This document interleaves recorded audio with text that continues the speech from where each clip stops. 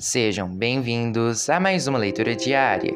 A passagem de hoje se encontra no livro de Atos dos Apóstolos, do capítulo 11 ao capítulo 13, o relatório de Pedro, os apóstolos e os outros seguidores de Jesus em toda a região da Judéia souberam que os não-judeus também haviam recebido a palavra de Deus. Quando Pedro voltou para Jerusalém, aqueles que queriam que os não-judeus fossem circuncidados o criticaram, dizendo: "Você ficou hospedado na casa de homens que não são circuncidados e até tomou refeições com eles." Então, Pedro deu um relatório completo de tudo o que havia acontecido desde o começo. Ele disse: "Eu estava na cidade de Jope e lá, enquanto estava orando, tive uma visão. Vi uma coisa parecida com um grande lençol que baixou do céu, amarrado pelas 4 pontas, e parou perto de mim. Eu olhei para dentro daquilo com atenção e vi animais domésticos, animais selvagens, animais que se arrastam pelo chão e aves. Depois, houve uma voz que me dizia: 'Pedro, levante-se, mate e coma.' Eu respondi: 'Isso não, Senhor. Eu nunca comi nenhuma coisa que a lei considera suja ou impura.' Então a voz falou de novo do céu: 'Não chame de impuro aquilo que Deus purificou.' Isso aconteceu 3 vezes, e depois tudo aquilo voltou para o céu. Justamente naquela hora, 3 homens que tinham sido mandados de Cesareia para me buscar chegaram à casa onde eu estava hospedado, e o Espírito de Deus me disse que fosse com eles, sem duvidar. Estes 6 irmãos da cidade de Jope também foram comigo, e todos nós entramos na casa de Cornélio. Então ele nos contou como viu na casa dele um anjo em pé, que lhe disse: 'Mande alguém a Jope para buscar Simão, que também é chamado de Pedro. Ele vai dizer como você e toda a sua família podem ser salvos.' E Pedro continuou: 'Quando comecei a falar, o Espírito Santo veio sobre eles, como tinha vindo sobre nós no princípio. Aí eu lembrei que o Senhor Jesus tinha dito: é verdade que João batizou com água, mas vocês serão batizados com o Espírito Santo.' De fato, os não-judeus receberam de Deus o mesmo dom que nós recebemos quando cremos no Senhor Jesus Cristo. E quem era eu para ir contra Deus?" Quando viram isso, eles ficaram sem ter o que dizer e louvaram a Deus, dizendo: "Então Deus deu também aos não-judeus a oportunidade de se arrependerem e ganharem a vida eterna."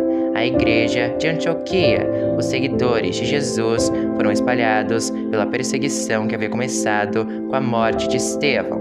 Alguns foram até a região da Fenícia, a ilha de Chipre e a cidade de Antioquia e anunciavam a palavra de Deus somente aos judeus. Mas outros, que eram de Chipre e da cidade de Cirene, foram até Antioquia e falaram também aos não-judeus, anunciando a eles a boa notícia a respeito do Senhor Jesus. O poder do Senhor estava com eles, e muitas pessoas creram e se converteram ao Senhor. Essas notícias chegaram à igreja de Jerusalém, que resolveu mandar Barnabé para Antioquia. Quando chegou lá e viu como Deus tinha abençoado aquela gente, Barnabé ficou muito alegre e animou todos a continuarem fiéis ao Senhor de todo o coração. Barnabé era um homem bom, cheio do Espírito Santo e de fé, e muitos se converteram ao Senhor. Depois, Barnabé foi até a cidade de Tarso, a fim de buscar Saulo. Quando encontrou, ele o levou para Antioquia. Eles se reuniram durante 1 ano com a gente daquela igreja e ensinaram muitas pessoas. Foi em Antioquia que, pela primeira vez, os seguidores de Jesus foram chamados de cristãos. Naquele tempo, alguns profetas foram de Jerusalém para Antioquia. Um deles, chamado Ágabo, levantou-se e, pelo poder do Espírito Santo, anunciou: haverá uma grande falta de alimentos no mundo inteiro. Isso aconteceu quando Cláudio era o imperador romano. Então os cristãos resolveram mandar ajuda aos irmãos que moravam na região da Judéia, e cada um deu de acordo com o que tinha, e mandaram dinheiro por meio de Barnabé e Saulo, para que eles o entregassem aos presbíteros da igreja. Capítulo 12. Mais perseguições. Por essa época, o rei Herodes começou a perseguir algumas pessoas da igreja. Ele mandou matar à espada Tiago, o irmão de João. Quando viu que isso agradou os judeus, mandou também prender Pedro. Isso aconteceu durante a festa dos pães sem fermento. Depois que prendeu Pedro, Herodes o colocou na cadeia e pôs 4 grupos de soldados, 4 em cada grupo, para guardá-lo. É que Herodes queria apresentá-lo ao povo depois do dia da Páscoa, e assim Pedro estava preso e era vigiado pelos guardas. Mas a igreja continuava a orar com fervor por ele.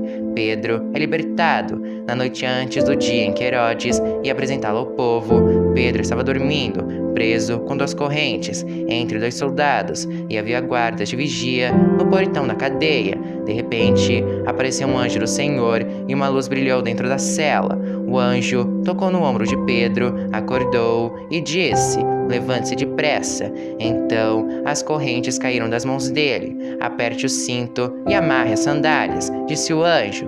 E Pedro fez o que o anjo mandou. "Põe a capa e venha comigo", ordenou o anjo. Pedro saiu da cadeia e foi seguindo o anjo, porém não sabia se de fato o anjo o estava libertando. Ele pensava que aquilo era uma visão. Eles passaram pelo primeiro e pelo segundo posto da guarda e chegaram ao portão de ferro que dava para a rua. O portão se abriu sozinho e eles saíram, andaram por uma rua e de repente o anjo foi embora. Então Pedro compreendeu o que estava acontecendo e disse: "Agora sei que de fato o Senhor mandou o seu anjo e me livrou do poder de Herodes e de tudo o que os judeus tinham a intenção de me fazer." Quando Pedro entendeu o que havia acontecido, foi para a casa de Maria, a mãe de João Marcos. Muitas pessoas estavam reunidas ali orando. Ele bateu na porta da frente e a empregada, que se chamava Rode, foi ver quem era. Quando reconheceu a voz de Pedro, ficou tão contente que, em vez de abrir a porta, voltou correndo para contar que Pedro estava lá fora. Então eles disseram: "Você está maluca?" Porém, ela insistiu que era verdade. Aí eles disseram: "É o anjo dele." Enquanto isso, Pedro continuava batendo. Finalmente, eles abriram a porta e quando viram que era Pedro mesmo, ficaram muito assustados. Ele fez um sinal com a mão para que ficassem quietos e contou como o Senhor o tinha tirado da prisão. "Contem isso a Tiago e aos outros irmãos", disse ele. Em seguida, saiu dali e foi para outro lugar.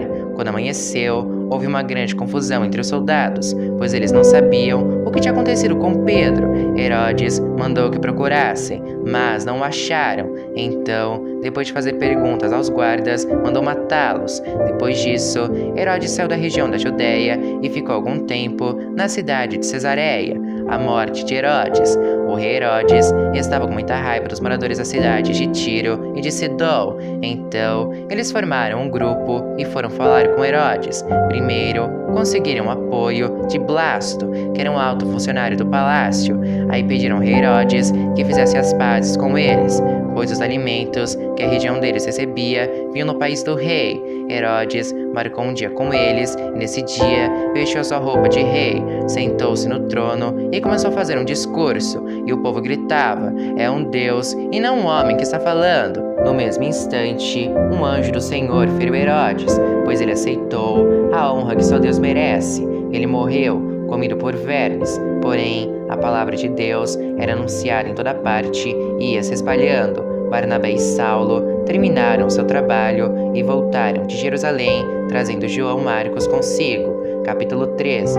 A primeira viagem missionária de Paulo. Barnabé e Saulo começam seu trabalho. Na igreja de Antioquia havia os seguintes profetas e mestres: Barnabé, Simeão, chamado Níger, Lúcio de Cirene, Manaém, que havia sido criado junto com o governador Herodes, e Saulo. Certa vez, quando eles estavam adorando o Senhor e jejuando, o Espírito Santo disse: "Separem para mim Barnabé e Saulo, a fim de fazerem o trabalho para o qual eu os tenho chamado." Então eles jejuaram e oraram, e puseram as mãos sobre Barnabé e Saulo, e os enviaram na sua missão em Chipre. Barnabé e Saulo, tendo sido enviados pelo Espírito Santo, foram até a cidade de Seleucia, e dali embarcaram para a ilha de Chipre. Quando chegaram à cidade de Salamina, começaram a anunciar a palavra de Deus nas sinagogas, e eles tinham João Marcos para ajudá-los no trabalho missionário. Eles atravessaram toda a ilha, chegando até a cidade de Pafos. Ali encontraram um judeu que era mágico e falso profeta, chamado Bar-Jesus. Ele era amigo de Sérgio Paulo, o governador da ilha, que era um homem muito inteligente. O governador mandou chamar Barnabé e Saulo, pois queria ouvir a palavra de Deus, mas o mágico Elimas, este nome dele em grego, era contra os apóstolos. Ele não queria que o governador aceitasse a fé cristã. Então Saulo, também conhecido como Paulo, cheio do Espírito Santo, olhou firmemente para Elimas e disse: Filho do diabo, inimigo de tudo que é bom, homem mau e mentiroso, por que é que você não para de torcer o verdadeiro ensinamento do Senhor? Agora escute, o Senhor vai castigá-lo, você ficará cego e não verá a luz do sol por algum tempo. No mesmo instante, Elimas sentiu uma nuvem escura cobrir os seus olhos. Ele começou a se virar para todos os lados, procurando alguém que o guiasse pela mão. Quando o governador viu isso, creu e ficou muito admirado com os ensinamentos a respeito do Senhor Jesus. Em Antioquia da Pisídia, Paulo e os seus companheiros navegaram da cidade de Pafos até Perge, uma cidade da província da Panfilia. Porém, João Marcos os deixou e voltou para Jerusalém. Eles continuaram a viagem, indo de Perge até a cidade de Antioquia, no distrito da Pisídia. No sábado, entraram na sinagoga e sentaram-se. Depois da leitura da lei de Moisés e dos livros dos profetas, os chefes da sinagoga mandaram dizer a eles: Irmãos, se vocês têm alguma palavra para animar o povo, podem falar agora. Então Paulo se levantou, fez um sinal com a mão pedindo silêncio e começou a dizer: Homens de Israel e todos vocês, não-judeus, que temem a Deus, escutem. O Deus do povo de Israel escolheu os nossos antepassados quando moravam na terra do Egito e fez deles um grande povo. Ele os tirou de lá com grande poder e no deserto aguentou aquela gente durante 40 anos. Ele destruiu 7 povos da terra de Canaã e o povo de Israel se tornou dono das terras deles. Tudo isso levou uns 450 anos. Depois disso, Deus lhes deu juízes até o tempo de Samuel, quando o povo pediu um rei. Ele lhes deu Saul, filho de Quis, da tribo de Benjamim, para ser rei deles durante 40 anos. Depois que tirou Saul, Deus pôs Davi como rei e disse isto a respeito dele: Encontrei em Davi, filho de Jessé, o tipo de pessoa que eu quero e que vai fazer tudo o que eu desejo. Um dos descendentes de Davi foi Jesus, a quem Deus pôs como Salvador de Israel, como havia prometido. Antes da vinda de Jesus, João Batista anunciou sua mensagem a todo o povo de Israel, dizendo que eles deviam se arrepender e ser batizados.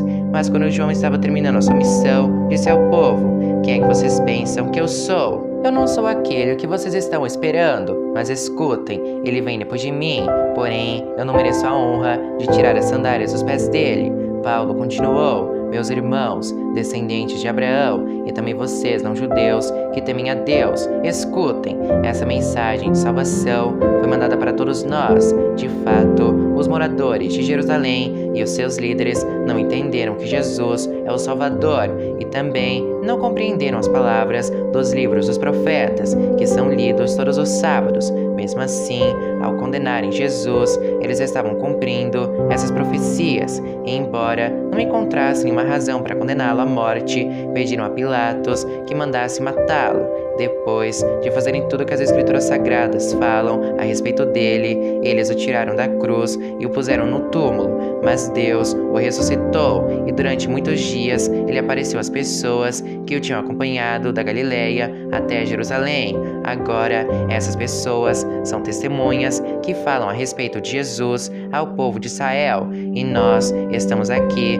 para trazer o Evangelho a vocês. Deus fez agora para nós o que havia prometido aos nossos antepassados. Ele ressuscitou Jesus, como está escrito no Salmo número 2. Você é o meu filho, hoje eu me tornei o seu pai. E foi isto o que Deus disse a respeito da ressurreição de Jesus, afirmando que ele nunca seria destruído pela morte. Eu vou dar a vocês as bênçãos sagradas e certas que prometi a Davi. Em outra parte das Escrituras, lemos também: Tu não deixarás que o teu dedicado servo apodreça na sepultura. E Paulo disse ainda: Na verdade, Davi, no seu tempo, cumpriu os planos de Deus. Depois morreu, foi sepultado ao lado dos seus antepassados e apodreceu na sepultura. Mas isso não aconteceu com aquele que Deus ressuscitou. Meus irmãos, todos vocês precisam saber com certeza que é por meio de Jesus que a mensagem do perdão de pecados é anunciada a vocês. Precisam saber também que quem crê é libertado de todos os pecados dos quais a lei de Moisés não pode livrar. Portanto, tenham cuidado para que não aconteça o que os profetas disseram. Prestem atenção, vocês que zombam de Deus, fiquem espantados e morram, pois o que vou fazer agora é uma coisa em que vocês não acreditariam, mesmo que alguém explicasse. Quando Paulo e Barnabé estavam saindo da reunião, as pessoas pediram com insistência que eles voltassem no sábado seguinte, a fim de falarem sobre o mesmo assunto. Depois da reunião, muitos judeus e outras pessoas convertidas ao judaísmo acompanharam Paulo e Barnabé, que falavam com eles e animavam todos para que continuassem firmes na graça de Deus.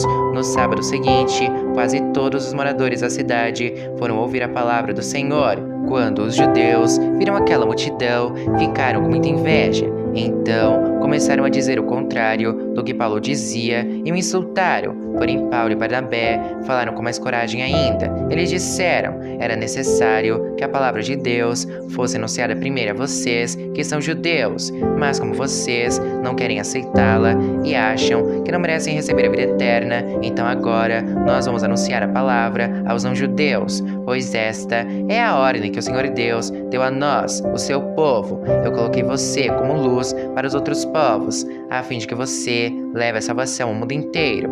Quando os não-judeus ouviram isso, ficaram muito alegres e começaram a dizer que a palavra do Senhor era boa, e creram todos os que tinham sido escolhidos para ter a vida eterna. A palavra do Senhor se espalhou por toda aquela região, mas os judeus atiçaram as mulheres não-judias da alta sociedade convertidas ao judaísmo e também os homens mais importantes da cidade, e começaram a perseguir Paulo e Barnabé e os expulsaram daquela região. Então os apóstolos sacudiram a poeira das suas sandálias em sinal de protesto contra eles e foram para a cidade de Icônio, e os cristãos de Antioquia continuaram muito alegres e cheios do Espírito Santo.